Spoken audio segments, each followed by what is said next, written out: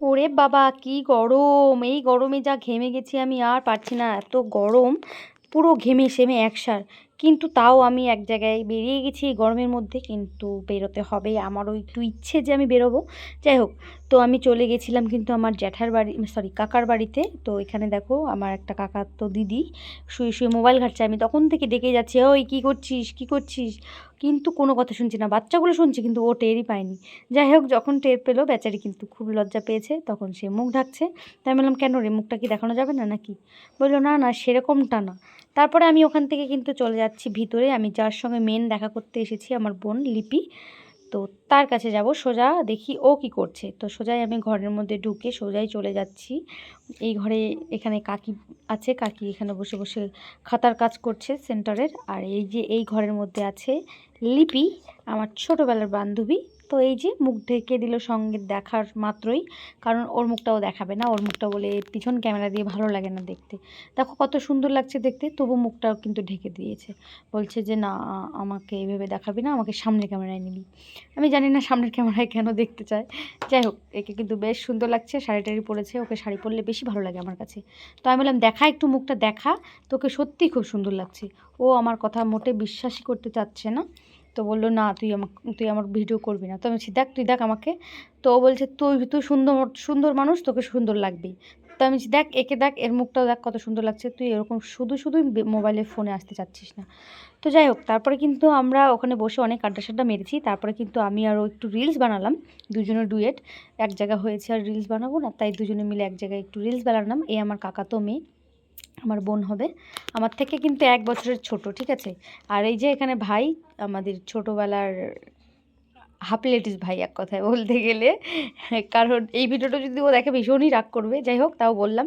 ও ছোটোবেলা না আমাদের পিছনেই ছাড়তো না, সব সময়ের জন্য শুধু আমাদের পিছনেই ঘোরাঘুরি ঘোরাঘুরি করতো। এমন একটা সময় ছিল না যে আমরা একটু একা একা গল্প করতে পারতাম। এই জন্য ওকে আমরা ওরকম রাগ করে বলতাম, তুই কি হাফিলেটিস যে আমাদের সঙ্গে সব সময়ের জন্য থাকিস? কেন, তুই ছেলে মানুষ, তুই ছেলেদের সঙ্গে খেলবি না? ও আমাদের সঙ্গেই থাকবে, আমরা যেখানে গল্প করব তখনই।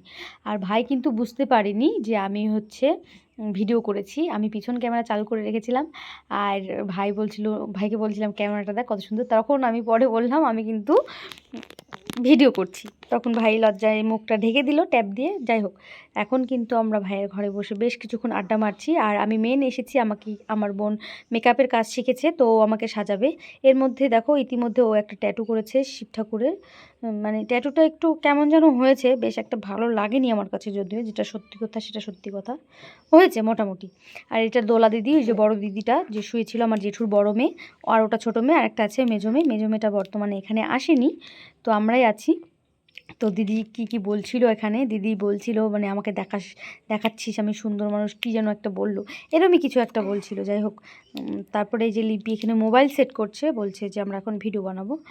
আর ছোটোবেলাটা সবাই একসঙ্গে থাকতাম, তো খুব মজা হতো, খুব ঘুরে বেড়াতাম। সেই দিনগুলো খুব মিস করি, খেলে বেড়াতাম। এখন সেগুলো আর নেই, এখন মোবাইল হয়ে শুধু মোবাইল আর মোবাইল আর মোবাইল। মোবাইল ছাড়া আমরা কিছুই বুঝি না। দেখো এক জায়গা হয়েছি তাও ও মোবাইল ঘাঁটছে, আমি এক জায়গা হয়েছি তাও আমি ভিডিও করছি। মানে আমরা আজকাল মোবাইলের মধ্যে দিয়ে সময়টা কাটিয়ে দিচ্ছি। তাহলে আমরা জীবনের আসল মজাটা কোথায় পাবো বলো তো? আমরা কোনো মজাই পাচ্ছি না। জীবন শুধু আমাদের মোবাইলে খেয়ে নিচ্ছে। মানে আমরা মোবাইল দেখছি না, মোবাইল সবসময়ের জন্য আমাদেরকে দেখছে আর আমাদেরকে গিলে খাচ্ছে। মোবাইলটা এমন হয়েছে, এমন একটা নেশা হয়েছে যে কি বলবো, মানে মোবাইলের নেশা একদম বাজে নেশা। একদিন নেট না থাকলে না মনে হয় যে বেকার, মোবাইলটা কেন আছে আমার কাছে, কি করতে আছে, হেই এই মোবাইল রাখার থেকে না রাখাই ভালো। টাকা মানে খাওয়ার টাকা থাকুক আর না থাকুক, রিচার্জের টাকাটা কিন্তু থাকতেই হবে, এরকম একটা ব্যাপার হয়ে গেছে। তো যাই হোক, এবার কিন্তু শুরু হয়ে যাচ্ছে মেকআপ করা। তো আমার বোন এখন আমাকে মেকআপ করিয়ে দেবে। ও প্র্যাকটিস মানে ও শিখছে, কয়েকদিন হলো, তো আমাকে বললো যে সাজাবে, তাই জন্যই আমি বিশেষ করে গেছিলাম।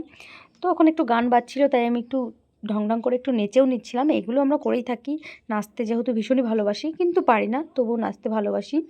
আর ওর মেকআপের জিনিসগুলো আমি একে একে একটু দেখছি যে কেমন হয়েছে জিনিসগুলো, তাই। তারপরে তো ওখানে আমাকে সাজানোর আগে আমরা অনেকক্ষণ অনেক গল্প করেছিলাম, খেয়েছিলাম, সিঙ্গাড়া খেয়েছিলাম, পাঁপড় খেয়েছিলাম। তারপরে অনেক আড্ডা, হাসি মজা, মানে দিলখুশ একটা ব্যাপার ছিল। আর ওখানে পিছনে বাচ্চা কাচ্চাগুলোও খেলছিল। আমি কিন্তু আমার মেয়েকে নিয়ে যাইনি, আমার মেয়ে বাড়িতেই ছিল, কারণ দুপুরবেলা আমি গেছিলাম আর ও ঘুমাচ্ছিল তখন।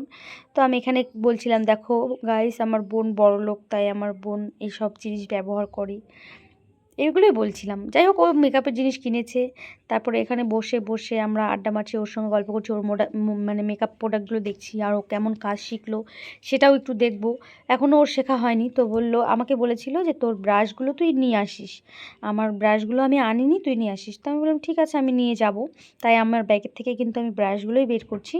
পিছনে দেখো ওই যে লিপির ছেলে, ওটা হচ্ছে দোলাদির মেয়ে, ওটা দোলাদির ছেলে মানে বড় দিদিটা যে দেখলে, আর ওটা হচ্ছে ওর মেজো দিদির মেয়ে, গোপার মেয়ে।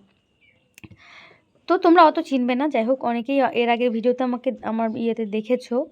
তো এখানে দেখো লিপি মেকআপ করানো শুরু করে দিয়েছে অলরেডি, এখন মেকআপটা করাবে আমাকে, তাই আমার চুলটা আগে খুলছে।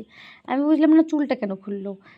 যাই হোক চুল খুলেছে ওর কোনো কারণে, কিন্তু আমি পরে বুঝতে পারলাম আচ্ছা ও আমার চুলটা কেন খুললো, আগে কি চুল বাঁধবে? না, ও আগে আমার চুলটা বাঁধেনি, ও আমার চুলটা মানে একবারে গুছিয়ে নিয়ে বাঁধবে, সেই জন্য আমার চুলটা খুলেছিল। আমি বুঝতে পারিনি ব্যাপারটা।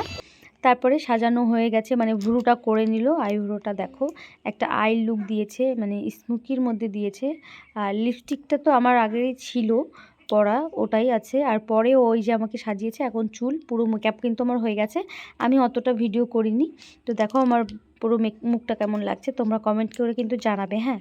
আর আমার কাছে ভালো লাগছে, সুন্দর লাগছে, মানে আমার মুখ বলে বলছি না, মানে মেকআপ ও শিখেছে, ও ভালো জায়গা থেকে মেকআপ শিখছে বুনিয়াদপুর থেকে। আমি তো এখানেই নর্মাল শিখি। আর একটা চুল বাঁধছে, আমার যেহেতু মাথায় চুল কম সেই জন্য একটু টেকো টেকো লাগছে। আর কি বলবো, আমার এমনিতেই ছোটোবেলা থেকে মাথায় চুল কম, তো টেকো লাগলেও কিছু করার নেই। আমার বোন একটা হেয়ার স্টাইল করছে বেনি বেনি করে, তো এই হেয়ার স্টাইলগুলো আমার ভালো লাগে, কিন্তু আমার মাথায় চুল কম দেখে হয়নি। আর ওকে আমি একটু বলছিলাম যে তোর আইলাইনারটা কিন্তু তুই পরানো শিখিস, হয়নি আইলাইনারটা পরা, একটা কোণা হয়েছে আর একটা কিন্তু সোজা হয়েছে, তোমরা দেখলে হয়তো বুঝতে পারবে। তো যাই হোক কেবল প্র্যাকটিস করছে, শিখছে, বলে যে আমি এটাই পারি না, আর লিপস্টিকটাও পরাতে ঠিকঠাকভাবে পারি না, এরকম করে বলছিল।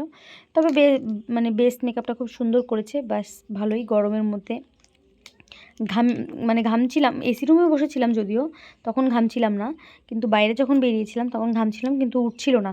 এবার এক জায়গা থেকে যখন ডোলে মুছবো তখন কিন্তু স্বাভাবিক সব মেকআপই উঠে যাবে। যে কোনো মেকআপ থ্যাপ করে মুছলে কোনো মেকআপই সহজে ওঠে না, সে কম দামি হোক আর বেশি দামি হোক। এবার হ্যাঁ, কিছু কিছু ক্ষেত্রে কী হয়, ঘেমে গেলে কারোর মুখ থেকে মেকআপ উঠে যায়, মানে একদম গোড়ার থেকেই মানে ভিতর থেকে উঠে যায়। তো এই যে বাইরে এসে তারপরে করছি, দেখলাম যে মুখটা বাইরে থেকে কেমন লাগছে। তো দেখো ন্যাচারালভাবে সামনে থেকে একটু মেকআপগুলো বোঝা যাবে, ওপেন পোর্স বোঝা যাবেই। আর চোখের নিচে একটু দাগ দাগ এগুলো বোঝা যাবে, এটা যত বড় মেকআপ আর্টিস্টই হোক তারাও বলে থাকে যে এগুলো বোঝা যাবে।